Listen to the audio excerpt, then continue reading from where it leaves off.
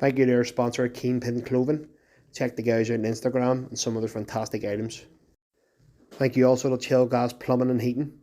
Check the guys out at their website, www.chillgas.co.uk. Thank you. Matty, how's it going? Not too bad, mate. Yourself? Yes, I am good, thank you, and thank you for coming on the Dad podcast. We're going to actually talk about fitness as a dad and how to fit it in and wee bits of tips in that. So, if you want to start off, can you do me a favour, please? And for anyone who doesn't know you, just introduce yourself. Yes, thank you very much for having me on the podcast. Really appreciate it, mate. I'm Matty Parker. From Lisburn, grew up in Lisburn, and I'm a personal trainer up in MyFit in over the County Down in the Altonia Industrial Estate, and also a dad of 2. Brilliant. And what you missed out there is we grew up in the same estate. That's it. Just from across the green from each other. The green is exactly the one. Yeah, we spent many hours on that green, so it did. Definitely. No, but listen, good man. Again, thanks for coming on. As I say, some of the subjects we've got to cover, I think, will be pretty good. And like yourself, I'm a dad, as you know, and I go to the gym in the morning time, so it is just trying to juggle the madness, the life you're self-employed yourself, basically, and trying to find the time to fit that in, I suppose, is hard. So, yeah, thank you for coming on, mate. So, I'll start off and just ask you, where did your love of health and fitness come from? Probably from a younger age, like from as far back as I can remember, really. Like, we were lucky that we grew up in an estate where everyone was out and about, whether that being playing football or whatever other sport it may be, just running about playing manhunt, 40-40, all them games, bringing back memories there. Oh, mate, super. Just and always being, there was a group of us younger ones that obviously always wanted to run about with usings and always trying to get involved in playing football with yous and going, over to the army park to play football over there and stuff. And, going into the primary school and into the AstroTurf up there and playing football there. And I remember summers and all, playing golf and everything, remember all usings playing golf on the green and making an own wee par 3 and all on the green through the estate over the road. Mate, so dangerous. I didn't think about that. Houses either side, and I remember half the time. I think it was actually Brad had sliced one and it smacked your window, and we all ran. Even Scott and all, your brother, Goddard, were like, "Oh, you were going to do it?" His face. Even Scott running away, and then he has to go back an hour later. No, just literally just from being the way, it's just always wanting to be out and about doing things. And being in primary school, remember, playing for the football team, playing for the hockey team, and then going into high school and playing football, hockey, rugby, doing anything athletics, going out, doing cross country, basically just anything to get out of class, anything that you could do to get out of class. I went and done it, and sort of I was always football orientated, and then it was just whenever I got opened up to more sports, I was I'm going to give them a go, because even whenever I was younger, skateboarding, rollerblading, just anything that you could do, going out on bikes, always loved being out and about doing something, whether that be out by myself doing something, practicing, just playing football in the garden or out in the cul-de-sac or the green. Always just found love doing a sport.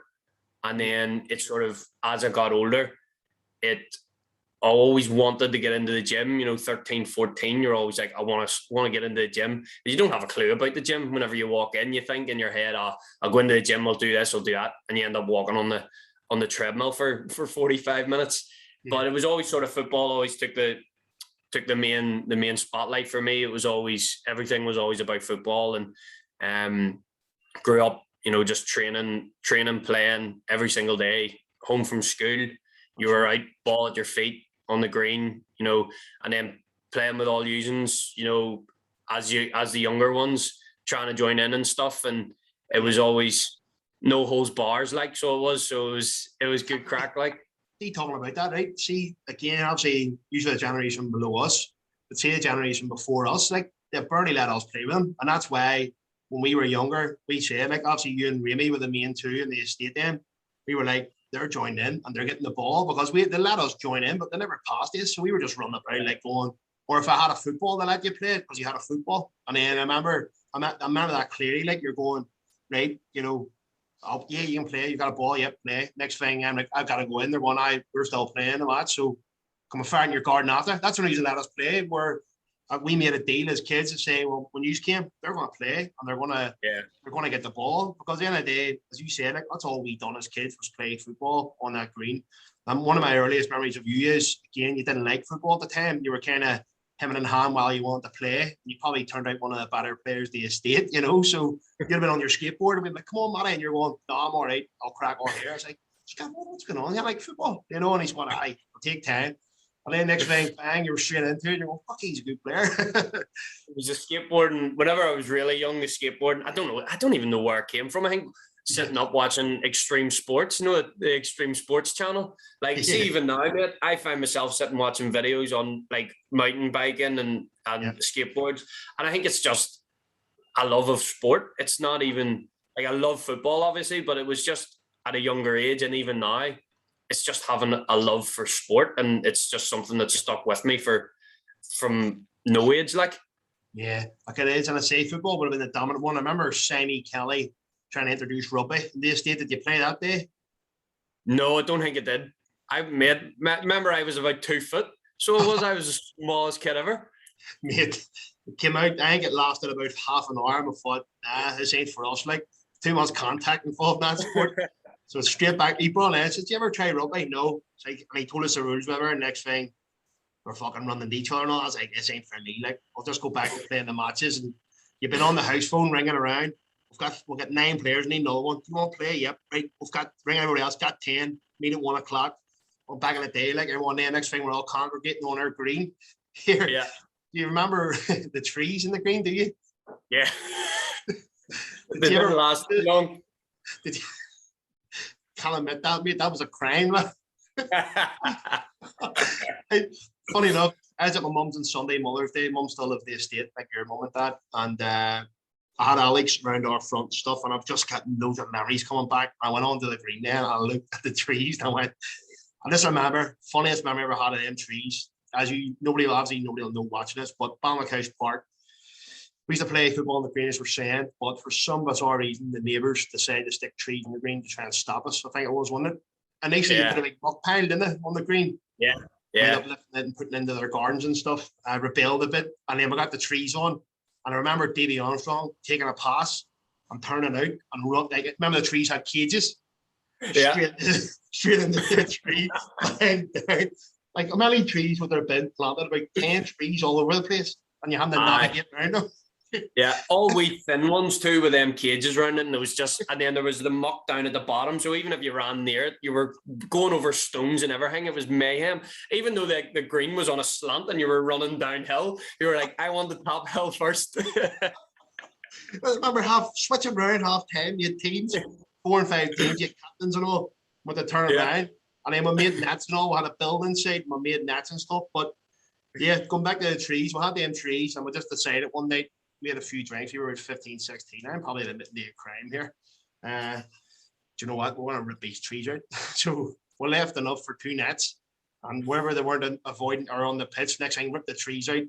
And what a coincidence. The next day at 1 o'clock, we're all out having a match on it. And the neighbours are watching. Like, going, they have ripped them trees out. Do you remember the article in the paper? Yes. I just remember waking up the next morning and no trees. I was like, this is great. Go out and run. The work was done. Brian Kidd got a letter through the door saying, we know, and it was the article of the newspaper. And they said there was like 30 to 50 trees or something ripped out. But it was only like 10 or something.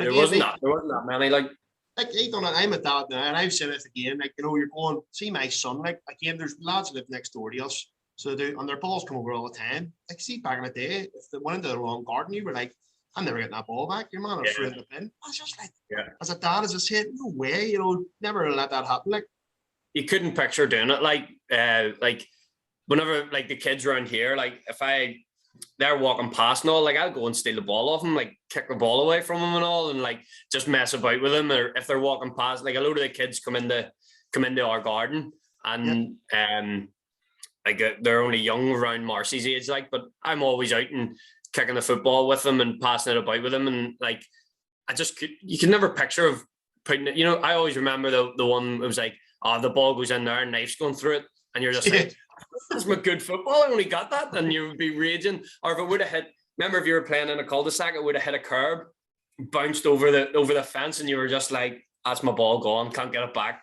You'd have been ripping like. You used to be kind of looking in, going, right, he's not in the kitchen, so I can you get in, try like a wee buzzer, get out. I remember the amount even like damages, for instance. We used to again, it was what do you call it, Mary's garden, and I remember I was doing nets, and I think it was Andy Young hit a shot, and I tipped it over the fence, but it smacked Mary's car and knocked off her wing mirror, broke the glass in the wing mirror. And again, I'm going, I'm not going to explain my math here. So next time Mary's like, who was that? And I was Andy. No, we're both snitched at each other, and it was basically my word against his. And we ended up both having to pay for it. But I remember that, like, all them damages, you're oh, shit. And again, the end house, Ferner, he was called gentleman as he got older, but as I was younger, as you said, I went in there, I remember, you just looked into the bin, like, I'll never be that dad, like, because in my corner gets kicked back over, like. Yeah, it's hard, like, obviously you don't want your cars and stuff getting hit. Yeah. And you don't realize that when you're younger. You don't realize how much a car's worth, or how that car's could be someone's prized possession, and you're kind of like you're just a kid wanting to play fun. Like, you never mean to damage someone's car, damage someone's property. And at the same time, whenever you're younger, that football's your prized possession. Like, that's your savior. Like, and like, you totally get it. Like, if it's an accident that someone hits a car, then you're grand. Like, it's there's not much you can do about it. But like, I could never flip, put a knife through someone's ball, or throw it in the bin. Like that just seems like madness to me. It is, and even like going back to our green there, like, as kids, like, we could have been like other states. You could have been around terrorizing the neighbours, or like breaking in, damaging their property. If we damaged our property, like, it was unintentional. It was a football, and that green was our one place. Again, or not, as you said, 40-40 was mostly played around my back, I think. Yeah. Remember the two big trees facing my house? You had climbed up there. Everybody hit there. You can't see my face. How do you know I'm here? I can hear you, mate. You're it. When you've done the sneaky one, you hid behind the car. So then they're walking out, like, looking towards a tree, and you nip round, boy, and 40-40. It's like, just hang behind the car, mate. That's what you're doing. As soon as it turned the other way, you were like a whippet. But again, that was our pride and joy. And again, like, I could look out the greens. Have you seen the grass on it? It's just heavy. Like, we would go out with Scott's wee ones. My mum and dad would say right away out on the green, and Marcy and Katie would sometimes want to go out. So I'd always go out and just kick a ball about with them, and the grass, like, it's not great. Like, there's no, like, if you were a kid, you wouldn't even want to play on it, because the balls just overcame with grass, and your feet, you can't even see your shoes, like, and it's just like, just someone give it a trim, like. Yeah, and that's what I mean. Alex, I brought him out Sunday, and there was a football in the back garden. He says, come on and play football, but I want to play on the ground outside my house. And he basically pointed out the grass. I was like, I can't even go on that, mate. He can't even lift his feet that high enough to get over that grass. He'd end up on his hoop. But it's just, they don't cut it as often. Going back, that's one way they could have defeated this. They could have just not cut it. But no one else would have found a way to get it cut. The lawnmowers would have been out, like. The lawnmowers would have been out. Brian's grabbed his lawnmowers, 2 at a time, lines up the pitch and all. But before we move on, the golf, I'm actually near birthday laughing there, thinking about, the tap hole in the semi-counties in the Corby Drive. You just used to smack it up in the tree and just drop, and then get a wee putter and all. You used to dig the holes and all, and put the old the cans into the ground, and it was brilliant. Like, I always remember, me and Scott were sitting one night, and we had the computer out, and Scott was making on the old Microsoft Word and all the pictures. He was like, hey, this is going to be the hole 1 and all. This is hole 2. This is a par 3. This is a par 4 and all. And you really got into it. Like, it was like, but you don't even see much of it, like anything like that nowadays. Like, everything's like, not as in like, this new generation of younger kids isn't doing it, because it's actually great to see down here that there's kids out every single day, which is great to see. But it just felt like we would have done so much more, as in like we would have been more adverse to doing different sports than what a lot of kids are now. Yeah, it's true. And you have to kind of force them into it, don't you? You know, like I've started brainwashing Alex already. Like yesterday we were talking, what football team you support? Liverpool. I mean, brilliant, fantastic. Man's pointing at pictures and showing him, and Nicky's like, you're bad. Like, just brainwashed him. And then he came to watch me play football on Saturday. First game back in 8 weeks, mate. I moved like a train. Well, a train start, steam train. Terrible. No, mate, terrible. So tired. Like, I was just like, I remember even I got 45 minutes. I went, how long's left here? Just 8 weeks. Got 34 now. It's like it's hard to get back in it. But he came down to watch and he was buzzing. You know, he was just like, wow, you play football. And I was like, yes. Yeah. Do you want to play football when you're older? Yes, no problem. You know, just start brainwashing them early. So getting it into him early. 100%. He's got a lot ahead of him, like, but no, man, that's brilliant. What I want to ask you, how many days a week do you recommend the exercise? Well, like, that's sort of a tricky question, like, without knowing people's situation, because every situation is different. You know, you could be a father, but you could also be a carer as well, you know, for a parent or for a granny, things like that there. But like doing, like, we all know that any form of physical activity is going to be good for you, whether that be getting out for a 10-minute walk. A 10-minute walk is better than not walking at all. You know, a 5-minute walk's better than not walking at all. But like, if you're in a, like, the prime sort of, you've got time on your hands after work, you know, your kids might be grown up now, you might be start thinking, I'm going to start training myself here.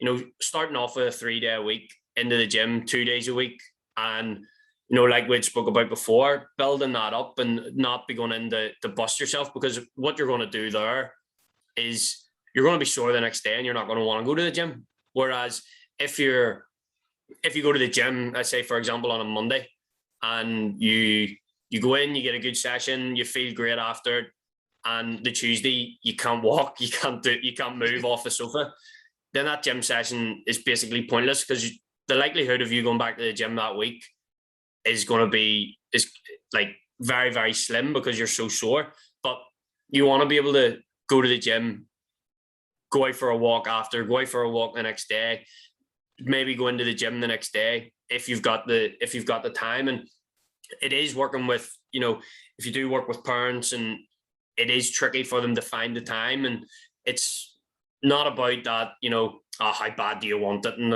all this here. You know, some people just don't have the time, and whether you have to train 10 minutes in your living room, like just doing a couple of push-ups, a couple of squats, lunges, things like that there, then so be it. If it makes you feel better, if it makes you feel like you're working, and it just depends on, you know, everyone's situation. If you have the perfect sort of situation where kids are grown up and stuff 3-4 times a week, following a good plan, like a plan, whether it's you've made up yourself or something that you've found and you're like, actually, I'll give that there we go. And if you stick to it, then in terms of results, you know, you're going to see results if you want to get stronger and stuff. Yeah, because even we were chatting there, you know, I'd say, like, I met a friend in the gym there last week. I was like, good to see you, man. He says, put on a bit of weight, he says, and just decided to get back into it. So I was like, how often do you train? He's like, 5 days a week. And I'm like, how you getting? He goes, I'm tired. Like, we slow down, just go. Not that I'm overly qualified, but just from experience, you know, like that. I said previously to you, a photo you put up of, for instance, you're going to the gym for the first time, you think, I got to get on that treadmill for half an hour and hammer myself. And as you said, the next day, your legs, you can't move them, you're hurting, sore. And, you know, that's kind of the thing where what I've learned, I actually learned it through Duffy, was building it slowly but surely. And actually a physio, you know, I went to see the physio. I was like, I can't shake this. I'd done like a hard session, remember? And I said to myself, something in my head said, if I do that, it was like a long run or something I was like, I got a feeling that's going to take a lot out of me here. And I couldn't walk, I couldn't like run after it. I was like, my legs have just went. It was like we cut down the sides beside me, my ankle, just above the ankle. And I was kind of going, it's just really tight. So I went to physio after 2 weeks, and he says, you've the way I walk, apparently my legs are built, they like bend in, so it's pulling on the muscles of my ankles. So a lot of my injuries are coming from that. So he says, what's your plans? I said, I'm going to play on Saturday. He was not amazing. He says, go on half an hour, go train for half an hour. He says, don't even Yeah. run, like long runs, all wee short things to build it back up. Where, as I said to you, I'd have done what that guy done last week. I just went back and went, I'll play 90 minutes here if I can survive it. And next thing I'm in agony again and go, what's going on here? So it is, for me, that's what I had found. Even the older I've got, I can't train football twice a week no more. I remember this, and I remember going, what has happened there? I would have trained twice a week football, went to the gym one day, but we played a team, and there was a lad about the same size as me, mate, and I ran after him, and I couldn't catch him. And I mean, but I felt like my legs weren't going. I was like, what has happened here? I was like, I remember speaking to one of my old coaches, Michael Lamont. I was like, when did you know you were done, mate? He says, when a winger skipped past me and I couldn't catch him. I was like, Michael, that happened 2 years ago, mate. But again, I just remember thinking, what's going on with my legs here? And then again, it's more that I was overtraining. I couldn't do it no more. So now I've had to structure my training, whereas Thursday night football, there's no hard runs or anything like that. Yeah. And the gym work that I'm doing is sort of low impact, so I'm not getting hurt and I'm able to play. So yeah, even myself, I've noticed like the older I've got, if any of the older guys that are trying to do a bit that are watching, like you had to readapt the whole thing. And again, mentally, in my head, I'm still 18, but my body, mate, I'm close to 50. Like, I think the massive thing that I've sort of came to realize over the last like couple of years of like training myself and, you know, coaching. I coach a lot of men, majority men. A lot of them do have kids, but it's like everyone. I've been guilty of this, and I'd say, you know, you're probably guilty of this listening to what you're saying. It's, you always think to yourself, it's all right because it's me. But what advice would you give to someone else? If someone else was coming to you saying, I'm training 4 days a week, twice a football, match on Saturday, but I'm getting wee niggles of injuries, you'd be telling them to slow down. You'd be like, right, you need to relax. And I think what it sort of stems from in my head is you don't know other people's situations. So you might go into the gym Monday night, 5 o'clock, and you see a fella roughly the same age as you. Yep. And he's great Nick, and you're probably thinking, he's roughly the same age as me. Why am I not in that shape? Yeah. But that guy's probably been training 15, 20 years. You know, he's been there. He's, you know, it's that old saying of don't compare your chapter 1 to someone's summary of a book, you know, sort of thing. And it's like, whenever you do work with loads of different people, you do realize that it's not a one size fits all, and it's never going to be a one size fits all, because I've had guys that have come to me and they can train 5 days a week, no problem. And that's what they want to do because, you know, they've very little responsibilities. They work, they go home, still live with their parents, and they go to the gym. They might play football a couple of times a week, but they're also getting good sleep, good rest and recovery. Whereas if you're a dad like myself, you know, like yourself and many people listening, it's like you could be going to the gym, you could be feeling great, and then a random Thursday night comes and the child doesn't sleep, and you're like, you've no rest, and then you're beating yourself up the next day because you're like, why am I tired? You know, I should be in the gym. You go into the gym and you mightn't perform as well as what you want to be. And you're looking at other people lifting heavier weights or doing different things, and you're like, why am I not doing that? And it's because you're like, everyone has different situations in their life in terms of rest and recovery, nutrition, job, you know, sedentary lifestyle, and our job and things like that there. And people don't take that into account. They just feel like I said, like I've been guilty of, it's all right because it's me. I'm not going to burn myself out. But you will burn yourself out if you're wanting to get back into the gym and you start 5 days a week. It's probably not the best thing. If you have 3 kids at home or 2 kids at home or 1 kid at home, it's probably not going to be the best option to take. Yeah, you were telling me, we're talking about that, you know, in that guy 5 days a week, said after a month, he'd probably go, I can't be hard no more. Whereas you said, even if he broke that up, like Gav kind of done, and said, right, I go to the gym twice a week now. I go to football once on a Thursday and a game on a Saturday, unless if I have any niggling injuries, I'll miss the Thursday, but it's most times I'm there. Not recently because I've been injured, but again, sometimes again, if it's a Tuesday and I'm like, I'm a wee niggle, I'll just go for a walk then, get moving. So it's an hour's walk. It might be the most strenuous thing that I can do, or I'm on a bike or something in the gym. But again, as you said, at least it's something, you know what I mean? Where what I made the mistake of, I told you, was doing chest 3 days a week and then picking up shoulder injuries and all. And, you know, I'm like, what's going on here? You're lifting your weights in your chest But again, that was just down to not having a clue what I was doing. Went to the gym when I was about 25, I think. And then I'd done my knee and I went to the gym 3 times a week, but I'd done the same thing every day, 3 times a week. And then I started going with Duffy. And he asked me, what would you have done? I told him, he's like, what? And he brought me, he says, we'll do chest today. And we've probably done 4 or 5 things max on the chest. He went, great, that's you. We're going to the legs now. I was, well, I'm not going to do more. And he's like, that's all you need, mate. And, you know, it was really just teaching me that how to be in the gym and how to get the best out of certain areas. And I think that is where it was well worth the money. I was with Duffy a year, but to find out how to actually work out and different things to do. And I still do it now. I still do my workouts now that he's taught me. But again, it was learning that because I went back to the gym, same thing. I'm going to hammer myself here. And then my shoulder would have broke down in 4 weeks' time because I'm lifting chest 3 days a week, whatever. And you're going. It's a massive thing of volume. Like people always think of volume like, if I'm going to the gym 5 days a week, that's a lot of volume.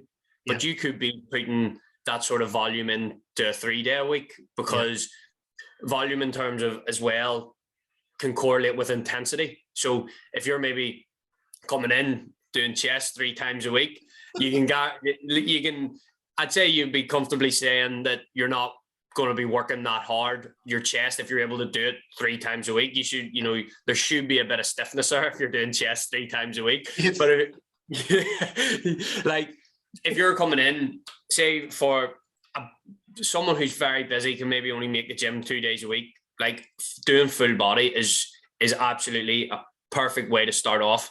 And you're hitting each muscle group twice per week.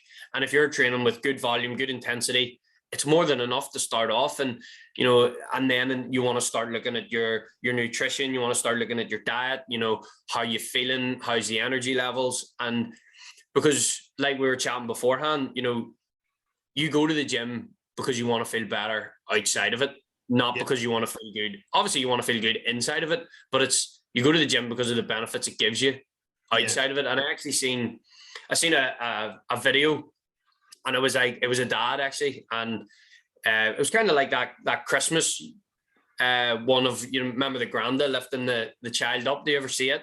Yes. Like, there was a guy that was doing, you know, he replicated his workouts from the gym, and it was him being able to lift his kids and, you know, doing different things with his kids. And it was like, ultimately that's why you actually do it.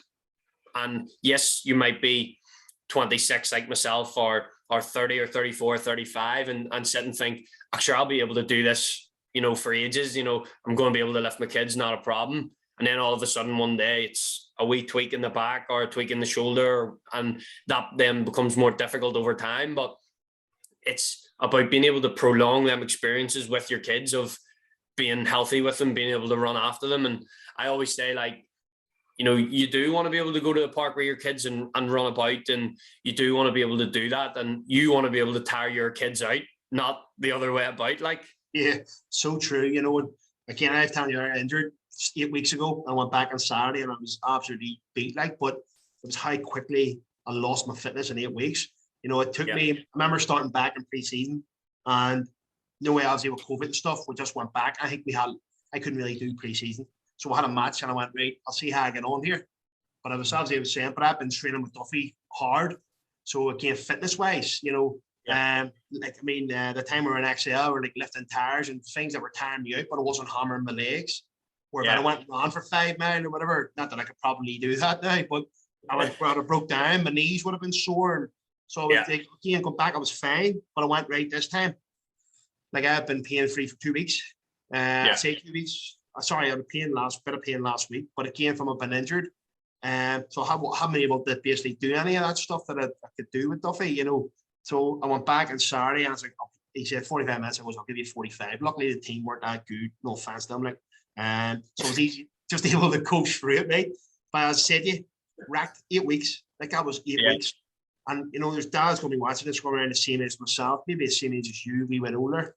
And I mean, 8 weeks, I thought 8 weeks, I knew in my head, I was like, I can't be any longer. I'll have to just do something here, you know, because again, how quickly my fitness left me. It'll take me another 5 weeks from that stage of season's over. But again, it's a normal sort of fitness. If I can build it up, you know, even something I enjoy, I'm going to go boxing this summer here to just like stay active. Because if I don't, mate, it becomes a problem. Like, you know, Yeah. you just, again, it's just finding something that you enjoy to do. For me, it's football. Unfortunately, it's coming to an end. You know, probably in the next year, it'll definitely be done. Like, I'll go to walk on maybe for 50s, you know, but Over 35s, lad. Over 35s. oh, funny. I was telling my big mate, there was no league early, Balmacouse Rangers. This is funny. I played for Balmacouse, you know, when I was like 15. So in Lee's head, I'm 40, right? I'm 34. So he came down to watch us. I was 30. Like, and he says the Gav, big Gav's 30. Gav's 41. So what would he have been? 3 years ago. Gav would have been 38. He says, get big Marty down. He says, Marty's only 31. And he's like, what? You know, he thought I was older. So again, another lad I was speaking to her, I was like, hopefully see it the over 35s. And was, all right, next year. And he was like, what? Yes, 34. But even at that, I don't know if I'll be able to. Again, depending, obviously the pace won't be too high in that. But Yeah. if the football does come to an end, I love boxing, man. Love the training. Yeah. Again, it's not hard on the legs. You can do things around that. So that's plan B. But again, finding something you enjoy in it, and it's going to be longevity at it. That's the main thing. Like, always finding something that you do enjoy, you know, whether that be going out for a walk or whether or not you like going out cycling. Like, it doesn't always necessarily have to be gym work. Yes, I'm a personal trainer. I'm going to be biased towards strength work because it's something that I love, and I think that everyone should give it a go at least a good handful of times, so they can know if it's right for them. If it's not, then, you know, find something the likes of boxing, the likes of, you know, doing circuit classes, things like that there, which is a wee bit of strength work, but it's not the same as obviously what a gym-based program would be. But it's like, find a love for going out walks, mountain hiking, you know, going out cycling, maybe it's swimming, maybe it's, you know, boxing, things like that there. You know, if you find something that you enjoy doing, then it's not going to seem like an awful lot of effort. And yes, there's going to be times whenever you can't be bothered. And there's many times whenever I go to the gym, or I'm sitting here on this sofa and I'm scrolling through my phone and I'm like, right, I should probably go to the gym here. Like, I should go and do something. And I actually remember, must have been just before Christmas, I think it was. I was sitting here and it was Sunday. It was just after Christmas, Sunday night. We got the kids to bed and it was about 8 o'clock, and Rebecca came downstairs and she was like, are you not going to the gym? And I was like, I've been telling myself for the past hour that I'm going to the gym. Like, and she was like, if you don't go, you're going to be annoyed with yourself. And, you know, she was right. So, you know, you get up, I went in 45 minutes. And the next day I woke up and I was like, I'm glad that I went, because it finished off my week of training, the split that I was doing. And I would have been annoyed with myself come 10 o'clock whenever I was going to bed. And it's sort of, you do get into that routine, and there's not always going to be a time whenever you're motivated or whenever you're disciplined. But it's I always say to boys, like, if they are going through a wee spell where they feel as if they're in a rut, I'm like, what exercises do you enjoy doing in the gym? Yeah. And for a lot of people, it's going to be chest and arms, going in and doing chest and arms. Days a week. Yeah. So like, I'm just like, right, go and do your push session. Your push session is basically your chest, shoulders, tricep, quads. I'm like, go in and do the exercises you enjoy and add in extra, you know, do some extra arm work or some extra chest work, and just go in and do anything that you enjoy. Because I know as soon as you get into that gym, once you get started, that you're gonna feel better and you're gonna want to finish the session. Yeah, it's a real release in it, you know, yourself, like when you are a parent. You're kind of, if you didn't have that, for instance, I know you're a PT yourself, but for instance, myself, say I didn't have the football side of things. Again, the only socializing you're really doing is if you're harming your body, you're drinking, or you're out doing something like that. Where what I found was going to the gym with a class, you know, you're meeting people there, and then you start to be bond. There's some guys I met through Duffy now that I think will be friends for life, you know. I really enjoy their company. I talk to one of the guys every single day now, you know. But it's that side of it too. You're going to social, and you're meeting other dads even there that are going, fuck it, the week I've had, and you're going, fuck, I'm wrecked, man. You're hearing, again, it's just good to be around people like that. And again, the social aspect as well. I know you're just working out, but the fact that you're going to meet people there, and they're going to be similar situations to you, it's good for that as well. It's good for the head. Yeah, and it is scary, you know, like the first time you go and join a new gym, you know, you are scared, you are nervous going in, and you don't know what the facilities are like. You don't know anyone in there. Potentially, you might know one or two people of someone who said, sure, come on to this gym, but they mightn't be there at that time. But like, it's like anything, the more and more you go, you meet new people around you, and like the gym community I find the gym community in Lisburn is quite good, as in Lisburn, you know the face of everyone basically. Like, you know, you could go into the gym and then 10 minutes later see them in Tesco's, like, you know, it's that sort of thing. But like, you do eventually it starts off with a wee nod here and, oh, well, mate, what's the crack? And then you start talking. And, that's the one. And then it's like, you get to know more people, and like you then get to know people's stories a wee bit more. And you do sort of, I find that a lot of people start to give themselves a wee bit more slack then whenever they realize that other people are potentially going through the same thing and they're still in trying to get it done. And it does give you a wee bit of motivation if you see someone who potentially is in a similar situation to yourself and they're still in getting it done. And you're like, well, if he's still in getting it done, I'm going to go in, and it might only be for 30 minutes, 40 minutes. But like I said at the start, it's better than doing nothing. Definitely, as you said, I'm building it up. I think that's very important, that the message or that bit of the conversation that is not just hammering yourself. And as you said, like, again, if anyone's watching, go on to Matty's page, you'll see a video. Is it still up, the one on the treadmill? Yeah, it should be. It's on my Instagram. Yeah, Instagram. It's fantastic. You know, and I said to you before, your content's brilliant, and that one especially, because I've been that guy. Right, I'm injury free now.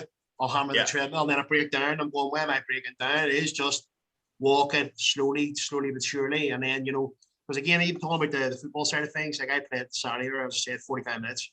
My ankle's nipping now, just a little bit, but I just know if I'd have played 60 or 70, I'd have probably been in absolute agony today. You know, where I'm knowing it's 45, it's going to be training this Thursday, football, so another wee bit of running, just slowly, and just building it up. So I think that's a very important message here you've said, Matty. I think the real misleading thing with a gym is, like, whenever you go in, it can be misleading because you're going in and you're feeling good whenever you're doing it, and you're feeling strong, and you're like, I can push myself a wee bit further.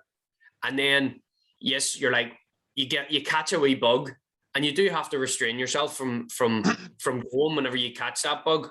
Like a couple of weeks ago, I found myself just burnt out. I didn't do any content, and just looked after all my clients as a whole, and didn't do any content, didn't do any training apart from the football training. And on the Wednesday night, I was like, I could go in and do a wee session tomorrow, I'd be all right. But people find whenever they get that bug for that first month, whenever you're absolutely buzzing to be in the gym, like, you don't realize how much it actually does take it out of you. And then a month comes and a social occasion might come up, and then all of a sudden it's like, sure, I'll go back to the gym next week, go back to the gym the week later. But whereas if you were going 2-3 days a week, you know, you don't always have to be on a Monday. I know loads of people love starting on a Monday, but you can say to yourself, right, I didn't go on Monday, I'll go on Tuesday, and then I'll do my Tuesday, Wednesday and Friday instead of doing my Monday, Wednesday, Friday. Like, have that flexibility. It's not a strict schedule that you have to be going Monday through Friday. Yep. Like, you need to be patient with yourself. You need to be consistent, and you want to be doing things that you enjoy, because if you're not enjoying it, realistically, there's no point doing it. There's other things that you could be doing that you enjoy that are going to benefit you just as much. Tell you what, mate, I like doing? I love walking, man. Sticking the headphones in, going for a dander. Like, when Alex was born, my missus actually had to say to me, like, you're never in this house. It was, we always, if you're not working, you're walking with Alex. It's like, it's just, I don't know what it is. Seeing this type of weather, and it's perfect, mate. It's just nice. It's just different. You're escaping the brain, you know, game with the work schedule and all. So, see, in terms of walking, I think superb, and it's a good way to start, isn't it? I think as well. Yeah. See what you're saying there, Matty. Sorry, I won't burn out. No, that's important. Myself, even I know, like, when I started business, right, I found that I was like burning out, and then I felt guilty. Like, for instance, even in life, like, my job's very strenuous on the brain, so I'm constantly thinking, and I'm juggling spinning so many plates. So I was saying to Neely, he actually came to me as well and said, I'm burnt out. And I says, mate, so am I. But I was like, he's like, what's going on here? He actually said, I want to get my bloods and all took. He's like, we're just tired. You know, it's kind of, again, it took me a number of years to realize that see when that happens, there's no shame in taking 2 to 3 days of exercise if you need to. For me, it's a day off work and just see that phone, just stick it in the cupboard, you know, get away from it all and things like that. That's very important to like burnout is a real thing. And again, as you said, if we're hammering it, you are going to get burnt out. That's just realizing that and not falling off the wheel, get back on it again, isn't it? Yeah, it's like again, I always like to go back to the thing of you don't know anyone else's situation, and you always think to yourself, it's all right because it's me. But you could be potentially getting up 5:30, 6 in the morning, going, working 8 hours a day, trying to fit the gym in, trying to fit family time in, trying to fit time in with your partner at the end of the night. You're trying to get dinner sorted. You might be trying to get the football twice a week. And then you're thinking to yourself, why am I feeling so tired all the time?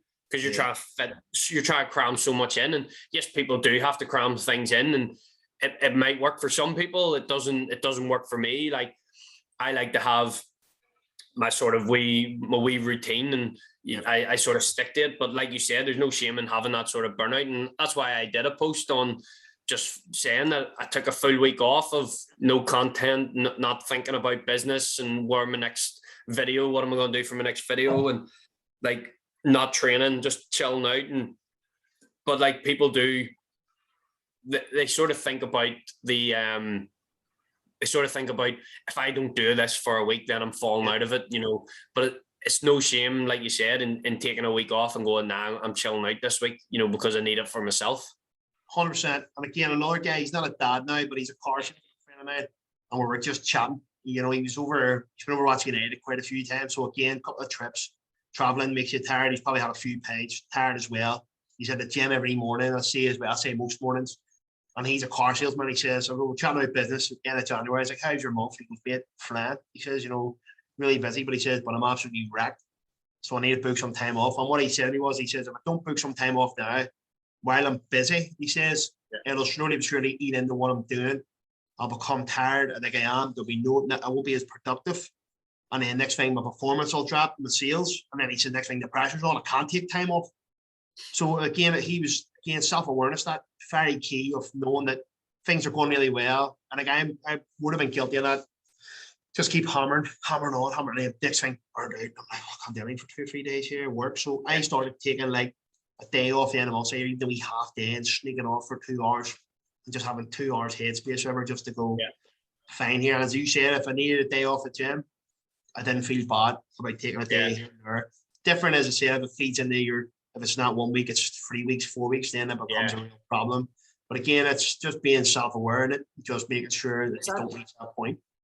Yeah, it's that guilt that eats everyone up. You could potentially be sitting on the sofa and you're looking at someone, you're flicking through Instagram or you're flicking through TikTok or Facebook or whatever, and you see people checking into the gym and doing this and doing that, and you might be sitting there chilling out on a week where you want to chill out because you've had that wee feeling of burnout, and then you feel bad about it because you're like, well, why is he in the gym and I'm not in the gym, or why are they doing that and I'm not, and why am I feeling tired? And you feel guilty. You're like, I should be doing something. And again, I probably sound like a broken record, but you don't know everyone's situation. Yeah. Like you can't walk in anyone else's shoes. So don't try not, like, it's hard not to compare yourself because we all do it, but try not to, because it's going to make you feel 10 times better if you stay focused on yourself. And if you need that week, take that week and try not to feel guilty about it. But as like running your own business and being a father and trying to juggle different things, you do kind of feel that guilt. That it is only whenever you sort of do get to a stage of sort of like burnout. Like I had it last year as well through lockdown and stuff, and you just you're just like, you need to take that time to sit, because lockdown there wasn't much else, and I was probably sitting up in my bedroom on my laptop for 10, 12 hours a day, and it got to a stage where I was sitting there for 12 hours a day not doing anything. Because you just ran out of steam. So you had. Yeah, and that day or two will just reset the batteries. Wouldn't it? If you said a week off the gym, back on it again the next week, and again, when people go off this and they do go and look at your page, they'll go, in good shape yourself. But I think if people like you admit that it is easy to get burnt out, and you're not a robot, you're human. Yeah. So it's very important. That's a really good message for someone. So what I'm going to do, Matt, as well, see, in terms of that, I see you putting up videos. Like, for instance, there's one you put up about the chips and the calories in chips compared to something else and things. And again, if there's people at home, they're going to go, I can't eat that. Where actually you probably can. It's just a portion size, you know, on different things. So again, what about on the diet side of things? What would you say there? Yeah, like diet is obviously massive, and we now live in a world now where everyone is so focused on food. Like people are being like overconsumed with calories. Like that's probably all that people see now is calories this and calories that. And yes, I think that it's a good thing to understand calories, but it's also a good thing to not be fixated on them and to not overdo it and bring yourself into super restrictive diets where you can't eat McDonald's. And if you're a dad and you're trying to not eat McDonald's, it's hard not to, like, you know. And what? Especially if you've got Uber Eats in your phone. But like, yeah, like in terms of diet, you know, something that is going to be sustainable for yourself, you know, and take small steps. Like we talk about the gym, but I think people go a lot more restrictive with their diets and what they do in the gym. You know, without knowing or with knowing, you know, they cut their calories way down to 1,800, 1,900 calories when realistically they could be getting potentially on different certain people. They could be eating a lot more calories, feeling a lot more better, gaining energy, all while still, you know, dropping body fat and becoming stronger in the gym. But I think the main thing is reading nutrition labels and getting aware of nutrition labels and being able to. The biggest thing for me was like looking at volume of foods and calories. So like a massive one that I always say about, and you might have seen videos, and I like to do the things on Instagram, the over under calories. Yes. So like the wee foods, I put up the food, and yeah, like the engagement that they get is mad. Like it people, nearly half my following vote on it, which is mad. But like it shows you how people vastly overestimate calories or underestimate calories. So it can work both ways, you know, for people who are under eating and for people who are overeating. But like getting a good awareness about nutritional information and calories and volume of food. Like if you look at, you know, a mad thing is like a McDonald's cheeseburger is 300 calories and a protein bar is, I thought you were going to pull out a cheeseburger there, mate, so you were when you leant over. Oh, phone's ringing. Let's go bring a bottle of hydrate in. What about this stuff here, Marty? But like, it's the same, you know, the cheeseburger's 300 calories and your average protein bar is like 240, 220. And it's not to say that you should always be going for a protein bar. If you feel like going for it to grab a cheeseburger, it's only 300 calories. Like, don't be stressing about it. But the main thing is I actually like to use this wee sort of thing. You might have seen it on socials before, but like if you're not into counting your calories and tracking your calories, like it's like 3 meals a day, 2 snacks, and getting around a high protein diet just so you feel better. Especially if you're in the gym and you're training, you want to have that rest and recovery and, you know, for growth as well. But protein is a very filling food source. You know, if you're having chicken, you're having beef, you're having a protein shake, things like that there, it's very filling. So it keeps while hydrate, it keeps you fuller for longer, which is internally what you want. Because if you are someone who's trying to lose weight, then you want to have that feeling of feeling full while still, you know, having a decent amount of calories, but you're within that calorie deficit. And for anyone that's listening that doesn't know what a calorie deficit is basically whenever you're burning more calories than you're consuming on a daily basis. Yeah, and the thing is, well, what about the apps? Use MyFitnessPal or anything like that if anyone is wanting to sort of use. Is there any other ones, or is that the main one? I would always just use MyFitnessPal MyFitnessPal because it's handy, it's convenient, it's free. Yep. The problem with MyFitnessPal is if you type in for it to work out your calories, it's not great because majority of people, it puts them far too low. So say, for example, if I went on now and said that I wanted to drop weight, then most people are going to click that they want to lose 2 pounds a week. You know, no one's going there and going, I want to lose half a pound a week. No one wants to do that. Like, so everyone's putting the top one in. £2 a week, and they're just going to put you on super low calories, which isn't going to be very helpful because one, it's going to drain your energy, and you're going to be restricted Monday through Friday, which is going to lead to a binge, or you might last 2 weeks on that and you might lose, a good decent amount of weight. But then eventually, if you're on super restrictive calories, you're going to want to binge. So I would always recommend, like, I've had no problem at all before. People messaging me saying, I'm X, Y, and Z. This is what I do. And I ask them a few questions and I work out their calories for them. It's no problem at all. And I've put things up before that I have videos that I use that help clients to really understand how to use MyFitnessPal and how to track their food accurately and different ways of doing it. And I've give out them free before. If people message me, like, I'm quite happy enough to do that as well, because if you help someone with it, then it's perfect. Yeah, and it's my phone was ringing there. Sorry, Matty, I got a wee bit sidetracked. Right. But you're right there. And it's I remember even like Duffy telling me get a set of scales, and I want I don't know if it was yourself, somebody else said about a bowl of. It was Duffy actually. He sent me I said to him, give me a new diet, so turkey racers and things like that with bagels. It's low in calories, low-ish on calories, but a nice and filling, lovely. 50 grams of Cocoa Pops, something along them lines. Like I need them. So again, that craving, when it was being quite strict, the craving of chocolate, banging 50 grams of protein. And Luke Madden is on them constantly. I know he was bumping her, but you see him, he's like a boxer, like about that size, his bone. Yeah. Cocoa Pops, like, that's not 50 grams, Paul. But again, if you talk about like when I'm kind of like the weeks when I'm good, some weeks I'm not as good, but the weeks when I'm good, I'm not plugging my own product here, but why hydrate is 90 calories. So I do watch my calories. But again, if I have that, there's 20 grams of protein in it, and I find that it fills a small hole. Say I have my lunch at 1, and I find about my package with 3 o'clock. Something like that, as you said, a shake of some sort.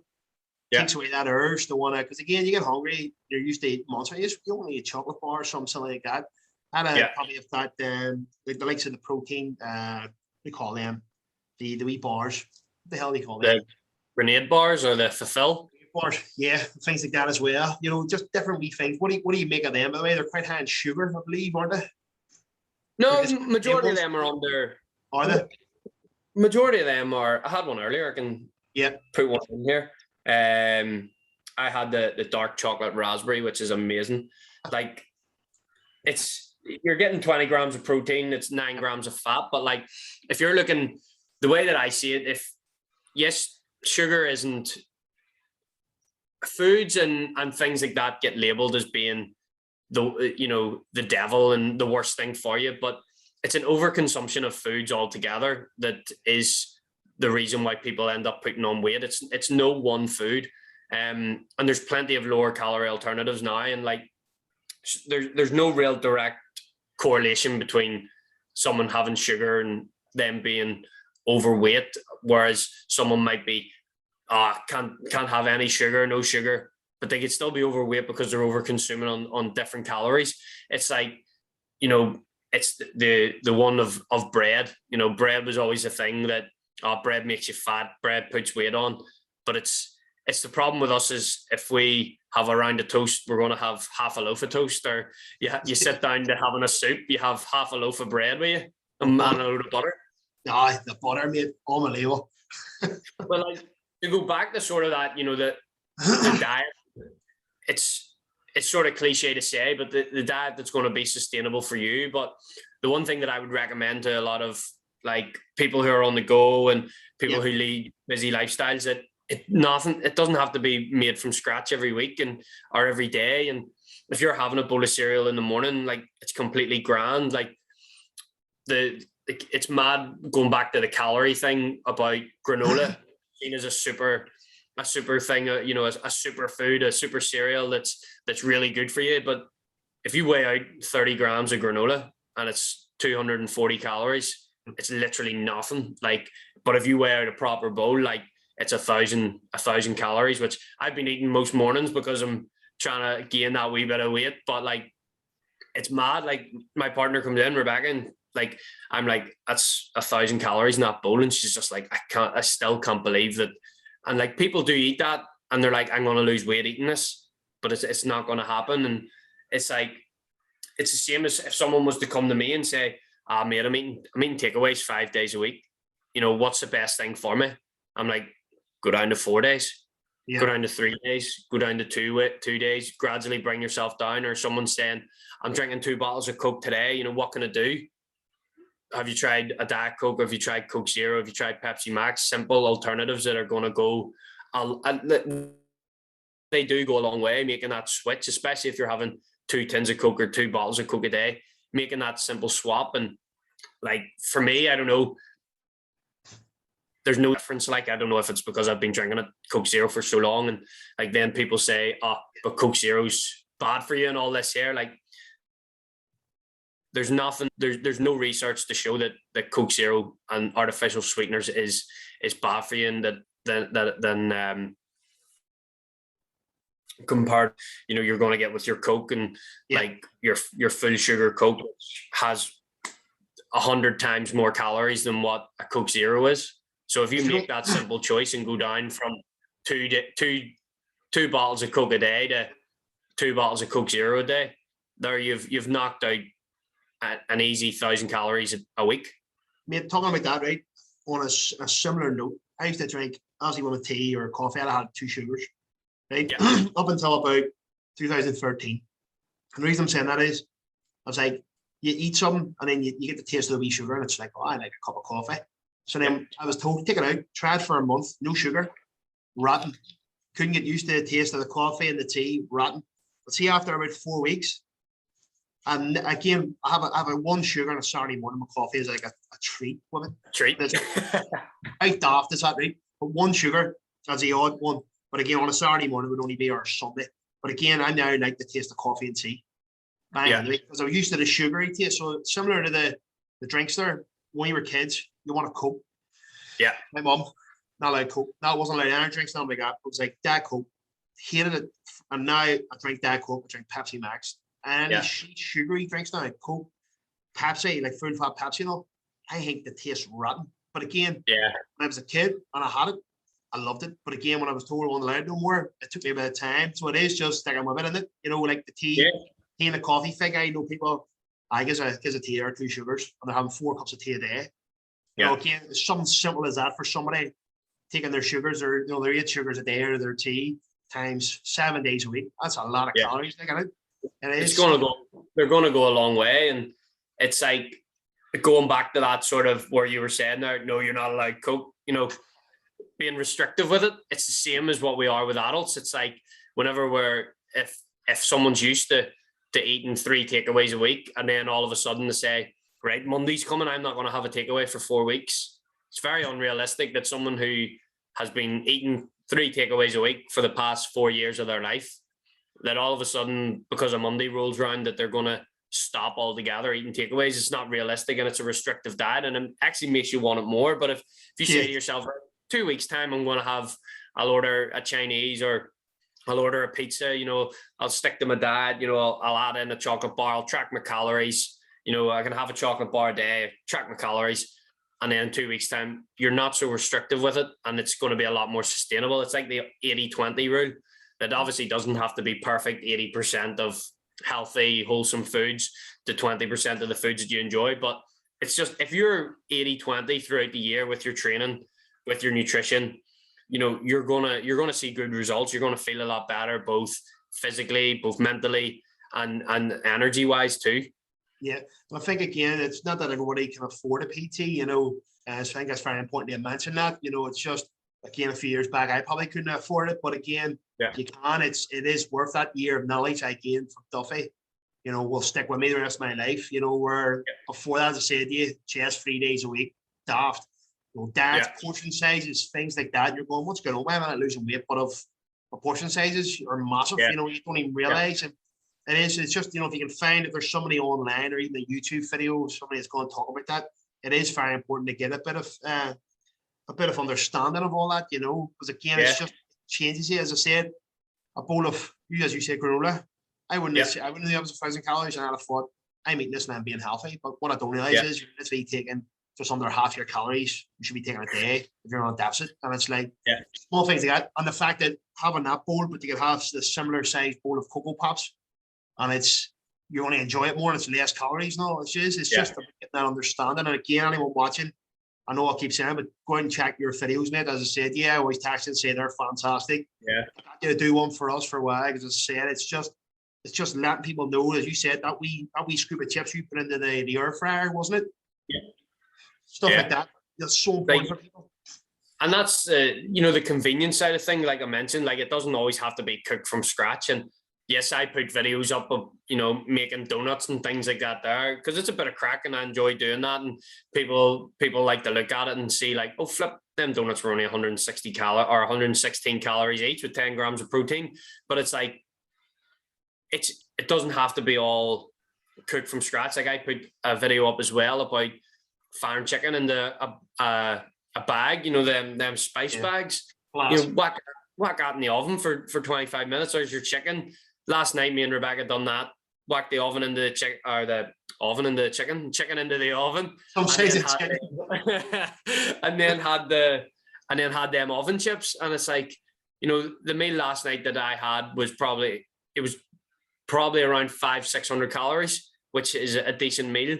You add in whatever sauce and stuff you want as well. And like, that is a convenient thing. You whack it in the air fryer, you whack it in the oven, and you leave it for 20 minutes, which is a big thing for parents, not just dads, but parents as whole, is having convenient food. And if I can make that aware to some people through my social media, then that's what I want to do. Is my goal. My whole goal for this year was to put out a lot more informative content. So whenever people come onto my page, they can learn a thing or two, instead of,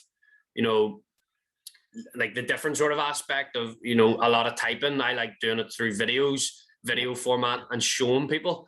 And that's been my goal for the year, is to give out more informative content, like being in a calorie deficit doesn't have to be the same calories throughout the whole week. Like the video I done last week of the splitting it up 7 days. You can have 5 days where you're on lower calorie, and then Saturday and Sunday you can have a wee bit more to enjoy your weekend. It doesn't always have to be the same calories. Yeah, and as I said, like I watch your videos all the time and think, wow, that's unbelievable. The fact that as you said, you can change it up a little bit. You can see that isn't as bad as what you think it is, and it's very vital that, and again, I'm sure there'll be other people like me out there that watch it and go, oh, that's good. Again, yourself, a lot of people out there, the minute, like, money could be tight and things, and there is things you can get that's cheap enough that you can eat and still eat well.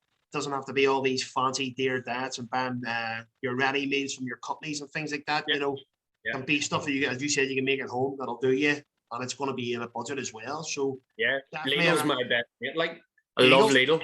Lidl or Lidl or however people pronounce it. But like, I honestly, like, I go in and like, I always say to my clients are like, there's none of them chips left, and I go in and I grab about 6 bags of them. So it's either like they're 120 each or something, and like Lidl's meat and things like that there, and like even grabbing a pizza and looking at the pizza calories and stuff like that there, you can get, like, I love pizza. Pizza's my go-to. I probably eat pizza twice a week. Like,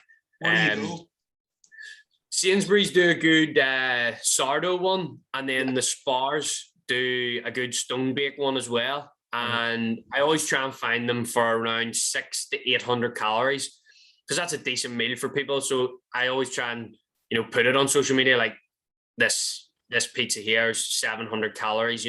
That's perfect for dinner. Someone could have a pizza throughout the week and be able to fit that into their calories for the day and make it work. And it doesn't have to be a Domino's pizza or whatever that is going to be over your calories, but you can still have these wee things throughout the course of the week that's going to keep you on track, that's going to kill them their cravings. And you can find them, it's just about reading nutritional information, and don't be ashamed to sit and have a look. And me and Rebecca used to go shopping in Tesco's, and she'd always be like, you sit and you read every single nutritional label that you pick up. And I'm like, I'm just interested in it, just having a nosy to see what the calories and stuff's like, what's the protein like.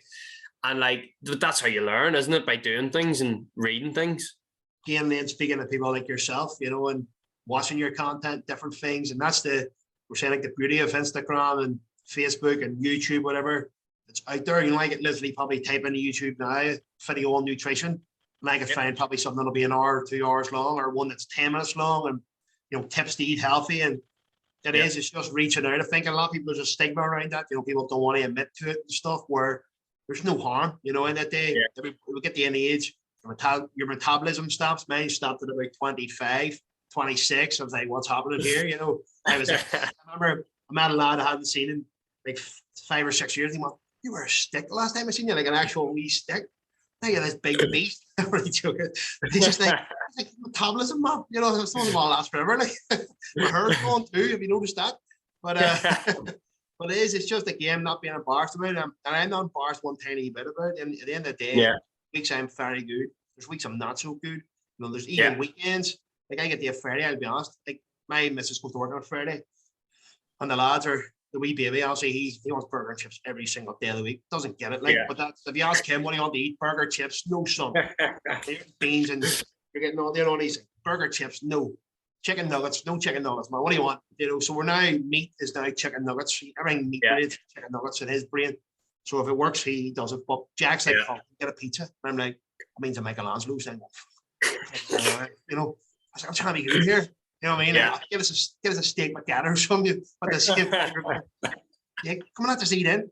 So it is. You got to just being honest with yourself again at the day. It is hard, but trying to make good choices, I suppose, and that's the way it is. Yeah, I think the scary thing as well is like, I think there is a lot of people that are not potentially scared, but like they don't want to reach out and ask a question to a personal trainer. But like, I can guarantee that if you're thinking that question, there's 100 other people that are going to be in the same boat. And I can say if someone was to message me and ask me a question, like it might take a day or two to get back, but I'll always get back and answer as well as I can. And you can probably guarantee that 2 days later, I'll have made a video about it, you know, because if you're thinking it's going to help someone else. And that's 100%. What, you know, I tried, like you said, you know, you could go on and type into YouTube nutrition and you could get an hour video of someone talking about nutrition. But the way that I look at it is I want to break it down into smaller snippets. So you catch people's eye for 20, 30 seconds and it sticks with them and they're like, oh, I could do that. Or, you know, they can try different methods and things like that there in the how to lose weight, or if it's a young lad or, you know, who wants to put on a bit of size and gain weight, you know, a 30-second video can go a long way if they apply it. Big time. So I want to talk about as well, probably our last topic, Nate. I met Neely Craig in the gym, right? I've done a heavy chest session, surprisingly, right? Hadn't done it that week, just for anyone listening. That was my first one of the week. It was a Friday. I was going away at the weekend, so I wanted to eat pump on, right? I put my Liverpool top on. It was a cup final. Was in London. Put my top on, and my chest and back felt like I was like, oh, Superman, rip your shirt off. Wolverine. Like, what has happened here? Tight as anything. And I was going, so again, that's what I went on through. Like, again, if I'd have been 24 and I went to the gym that Friday, wouldn't have had that at all. So I was speaking to Neely, I said to him, what's happened there, mate? He says, well, did you do any gym work? Yes, I went to the gym. He went, right. What else did you do? What did you eat the weekend? So I told him, let's see a list of things. He says, oh, you put a water retention or something on them nights. So that St. Liverpool top, that was a Sunday. Washed it, came home, put it on the Wednesday, back to normal. So again, it's more, I used to get pretty annoyed at that. Like, oh, fuck, what's going on here? I'm not losing weight. Or where I kind of know now, when you get to a certain age, your body's holding water and doing different things. So I think that's quite important because I had to beat myself up quite a lot. And the scales, for instance, I clean all week, stood the scales, I'm up 2 pounds. The lad I told you about, who was training 5 days a week, was doing weights flat out. And he was telling me, but again, it's like, I'm up like 3 or 4 pounds. It's like, well, what have you been doing? What have you been drinking? And it's so important that again, where the scales are concerned, and if your clothes are a wee bit tighter one day, they'll be looser the next. And it's realizing that, isn't it? Yeah, like I think that's why pictures are such a great thing. You know, take pictures, keep them on your phone. You know, no one has to see them. But if you take pictures and you take them week on week on week, you know, you're gonna right here. You may tell people what you mean here. So basically, a picture on your phone, you know, of you with a top off, sitting there, and you're in your briefs. You know, just keep it so you can see everything. And it's like not everything, but so you can see your body. And it's because a lot of the time, whenever you are weight training and stuff, you can drop body fat and stay around the same size. You might have dropped a wee bit of weight here and there, but clothes are feeling better, and you've maybe built a wee bit of muscle, dropped a bit of body fat, you're feeling a lot better, clothes are looser. But if you take a picture and you then compare it, you can say, the chest is coming on a wee bit, the arms are looking a wee bit bigger, and like everyone wants to lose weight but have big arms, like that's what they want, like. But and then going back to that sort of the scales, and the scales can be a good or bad thing. And like I always say, like if someone is so set on wanting to lose weight and that's their prime goal is losing weight, I would be like, see, for the first couple of weeks, weigh yourself every single day. And it might be controversial to some people because they're like, oh, well, why? So you weigh yourself every day. You can then take an average of the week, because one day you could be sitting at 72 kilo. The next week you could be sitting at 73. Next week you could be sitting at 67. And a good way that I like to explain it is, if you were collecting data for a survey and you got 4 results, which would be your week 1, week 2, week 3, week 4, or if you're collecting data and you interview 30 people for your survey, which is going to have better data? The 30 over the 4. You'd rather have 30 points of data than have 4 points of data. And it means if you weigh yourself every day on the Sunday, say you start on a Monday, say on the Sunday, you add them all up, divide them by 7, and you get your average for the week. And it's going to be a lot more realistic. And then it comes to the point of where, like you mentioned there, the top was a wee bit tighter. You probably consumed a lot of carbs, a lot of salt, maybe some alcohol, which is going to then, it's going to have the body wants to hold on to water. So it does, the body wants to hold on that water, because you're dehydrating it with alcohol. You're eating carbs. For every 1 gram of carb that we consume, our body likes to store 3 to 4 grams of water. So, whenever you look at it that way, it sort of makes sense to people. And whenever you explain that to people, it sort of clicks. It's like, all right, okay. Then you go back to eating normal, and that's not to say carbs are bad, because carbs aren't bad. You need carbs for fuel, especially if you are training and you're getting out and you're an active person. But it's just having that realization, if you have a heavy carb meal, that you're going to hold a wee bit more water. But in 2 to 3 days, whenever you're drinking more water, you're back to normal. It's going to drop off again, and it's nothing to worry about. But you're right there in terms of the photos, even again, where I kind of know, like for instance, I like to do my chest, reason being if I don't, just feels a bit loose, right? Chest again, 3 days. But I know for a fact if I do chest 1 day a week, like I focus on my chest properly 1 day a week, I know, like again, that everything stays nice. I feel like it's nice and tight. When I'm wearing a t-shirt, I feel confident, again. But if say I have a heavy weekend, and then you feel a wee bit different, a wee looser. Maybe the shirt, it's tighter and getting on. You do. You're conscious of it. Like, but again, I know, as I said, if I work my chest, that's the only place I'd be conscious of my chest. And as long as it's tight, I'm happy. So 1 day a week's more than enough for that now, But it's just again learning about that, because as I said, you starve yourself all week sometimes, or you do this and do that, and nothing happens. Or I go out and have a heavy night out. Like I think back to being, before 24, maybe 18, 24, maybe you're out 3 nights a week, boozing it up most times, and your weight never moved. Do you know what I mean? Yeah. Where have I done that now? Like went out, if I went out for 3 nights in a row, I probably put on like 8 pounds or something, stand the scales. The massive thing that I always try and explain to people is like, whenever you're 23, 24, you're always out and about, you're always on the move, you're always being active.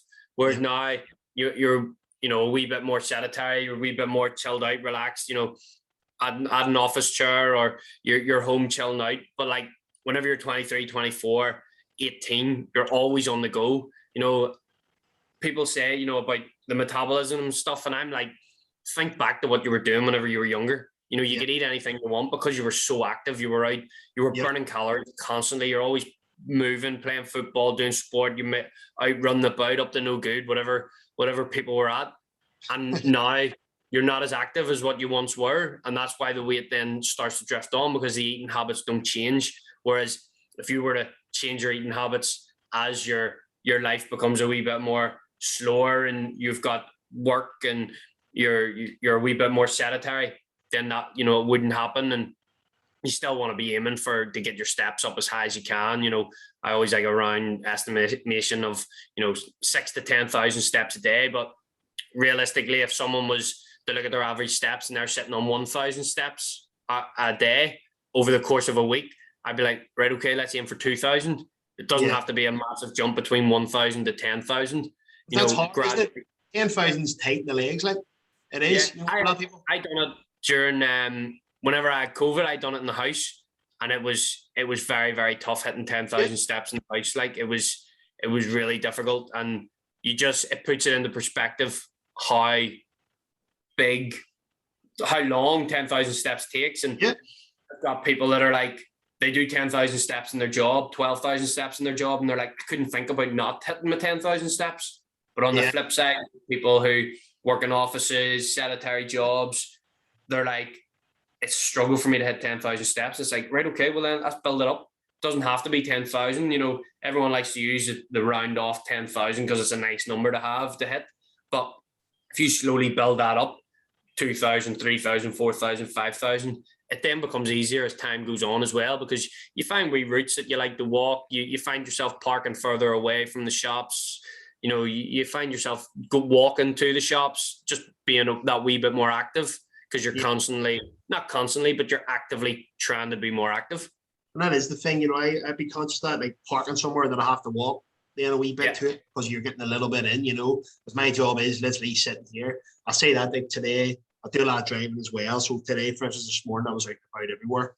But again, if I have a day where I'm here 9 to 5, like I take an hour usually for lunch. Like that's something I've had to put into my routine. And people are probably going, well, how do you manage that self-employed? But if I don't, mate, I'm a basket case. There was actually a photo shirt, and I thought it was superb. Duffy shirt. It was to do working like a land, or you know, where they work in bursts and then rest. Yeah. I was like, that's a great point, because I know myself, I get 2 hours some days where I am shit hot and work, like, and I just everything's working, bang, bang. And I said, where if I then do that and take a wee sit back, so again, if it gets to 1 o'clock and I take an hour, then I'm refueled to go again for the afternoon for another 2 hours. And then the last hour and a half a day, I'm sorting out the rest of my day and setting up tomorrow. You know, where, as I said, like it's the same with a walk-in, for instance. When I remember when it was 2 years ago when I was born, I was walking every day. But see, like it started getting tedious. You're going, 10,000 steps is a lot of steps. Like it's a lot of steps. And again, when COVID came, same thing. You know, you weren't even allowed to leave your house half the time. You had the like a 3 mile radius or whatever the hell it was. And again, you're finding wee routes that you like to walk. Doing it every day became pretty tight, like, you know. Yeah. So it is people like me sitting at a desk. It is hard. But again, that's why I say, for instance, now I parked up in the sidings. So if I have to go out and get someone, I'm walking out, and you know, it's just other wee small routes that's adding in steps into the day. So it's just being creative, isn't it? Yeah, and walking's great. Like over the lockdowns was like I was out every single morning with Danny, like 5:30, 4:45, whenever he was waking up, and walking down through town. And you know, some of the cafes were still open, and I was able to grab a coffee and dander up back home. And it was great just to get out and walk, and you know, I put a podcast in, and it is great. And it's the one thing that I do recommend to people, you know, starting off, is just getting out for a walk, put a podcast in, listen to some music, you know, whatever it may be, but just go out and dander. And before you know it, you'll have walked further than what you think. And sometimes you might be thinking, oh shit, I have to walk back home now. But you know, like going out for a walk, it is literally great, not just physically, but mentally as well, to clear your head and to take yourself away from the rat race that is life, like. Yeah, it is, mate. No, listen, Matty, I think that's been brilliant. So it is. Is there anything you want to say just before we go? Any tips? I would, even if I was you don't mind, plug your socials, please, just so people can get the benefit. As I said, I've seen plenty of benefits. So you want to do that for me before we wrap up? Yeah. So Facebook is just Matty Parker. Instagram and TikTok are both Matty Parker __. And like I said, my main goal this year is to give out informative content to help as many people as possible without actually, you know, becoming a client. Or if someone does become a client, they can see what I'm about before they reach out or whatever. But like I said, there's a lot of people that are scared to reach out and sort of ask for that help. And if one person can take a bit of information or a bit of positivity away from my page of looking at certain things on how to work calories or how to work training, or, you know, how to get the best out of an exercise, or, foods and things like that, their nutritional values, then that's a win for me. If one person takes away some information of that and applies it and it works for them, then I'm buzzing with that. So yeah, that's just this year's what I want to do is just give out informative content to help people. Mate, superb. I think we'll end it on that note. Good man. Yes, thank you very much for having me on, Marty. Likewise, mate. Thanks for giving me a time coming on. No worries, mate. Cheers. That man, take it easy.